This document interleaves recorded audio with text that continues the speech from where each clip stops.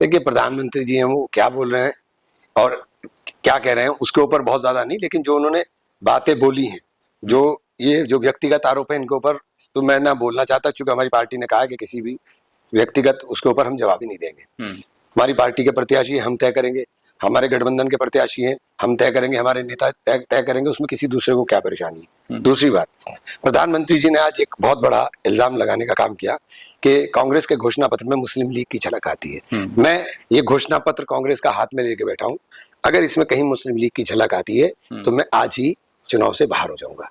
इन्होंने क्या कहा, इसमें 5 गारंटी है कांग्रेस की। पहली गारंटी युवा न्याय, 1 लाख का वेतन, हर शिक्षित युवा की पहली नौकरी पक्की। दूसरा है 1 लाख हर साल हर गरीब परिवार की महिला को नारी न्याय। कर्ज माफी और एमएसपी की कानूनी गारंटी स्वामीनाथन फॉर्मूले वाली, जिसको आपने भारत रत्न तो दे दिया लेकिन उसकी जो स्वामीनाथन की रिपोर्ट है उसे लागू नहीं कर रहे हैं। हमने कहा कि हम देंगे ये किसान न्याय, 400 रुपए प्रतिदिन कम से कम मजदूरी मनरेगा में, ये श्रमिक न्याय। गिनती करो सामाजिक व आर्थिक समानता के लिए हर व्यक्ति हर वर्ग की गिनती, हिस्सेदारी न्याय। उसके अलावा इसके अंदर ये 25 गारंटी है। इन गारंटी के अंदर अगर कहीं मुस्लिम शब्द का इस्तेमाल हो, क्योंकि हिंदू और मुसलमान आप करते हो, हमारे लिए देश के अंदर रहने वाला हर देशवासी हिंदुस्तानी है, हर देशवासी भारतवासी है, और भारतवासी के लिए कांग्रेस काम करती है। कांग्रेस किसी के साथ भी असमानता का व्यवहार नहीं करती, हम समान व्यवहार करने वाले लोग हैं।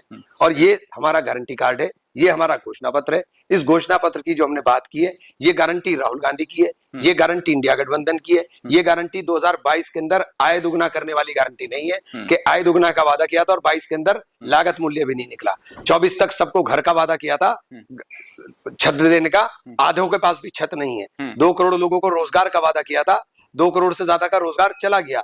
ये देश का जब युवा 83% युवा, 83% युवा जो डिग्री होल्डर है, जो डिग्री लिए बैठा है, वो बेरोजगार है। ये इनके आंकड़े कह रहे हैं, मैं नहीं कह रहा हूं, सरकारी आंकड़े कह रहे हैं। तो जब 83% जिस देश में युवा बेरोजगार बैठा हो, जिस देश के अंदर आप कह रहे हैं कि मैंने 80 करोड़ लोगों को, 135 करोड़ की आबादी में 80 करोड़ लोगों को मुफ्त राशन दिया। अगर सरकार 80 करोड़ लोगों को राशन दे रही है, 80 करोड़ लोगों को मुफ्त राशन दे रही है सरकार, तो इसका मतलब आप देख लीजिए कि हमारी स्थिति कहां चली गई, कि हम मुफ्तखोरी पे आ गए। आप कहां लेकर के जाते? तो विकास की बातें भी की हैं। नहीं, कहा कि 2014 से पहले का सहारनपुर देखिए, आज का सहारनपुर क्या दिखाई दिया सहारनपुर में आपको 2014 में और आज में? आपको कुछ बदलाव हुआ नजर आया हो तो बता दीजिए, मेरे साथ चलिए, आपको दिखा दूंगा। गंदगी का अंबार लगा हुआ है, गंदगी का अंबार लगे हुए, नाले तक तो साफ नहीं है। कौन सा सहारनपुर बदल गया आपका? आप एक रोड को सजा करके सहारनपुर बनाना चाहते हो क्या?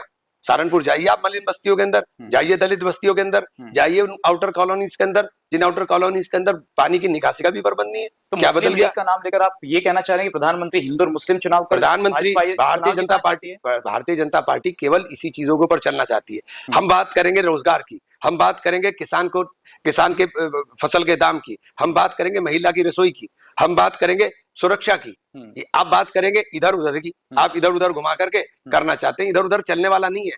अभी आप सीधी बात करिए, आप बताइए, आप कह रहे हैं कि 300 रुपए का कट्टा हिंदुस्तान के अंदर बिकता है, उन देशों को देखो जहां 3000 रुपए का यूरिया का कट्टा। तो आप क्या हम लोगों को मानसिक रूप से तैयार करने हैं कि हम 3000 रुपए का यूरिया का कट्टा खरीदने के लिए तैयार हैं, और अगली बार जब आप आएंगे तो आप हमें 3000 रुपए का यूरिया का कट्टा देंगे? आप मानसिक रूप से तैयार करना चाहते हैं क्या? इमरान जी, 2019 में जब मोदी जी ननौता में आए थे तो सीधा प्रहार आप पर भी किया था, लेकिन आज कुछ नहीं बोले। क्या आपको इंतजार था कि प्रधानमंत्री आज आप पर कुछ बोलेंगे? उनकी कृपा है, उनकी कृपा है। प्रधानमंत्री हैं, हमारे देश के प्रधानमंत्री हैं, बड़े यशस्वी प्रधानमंत्री हैं, उनकी कृपा है।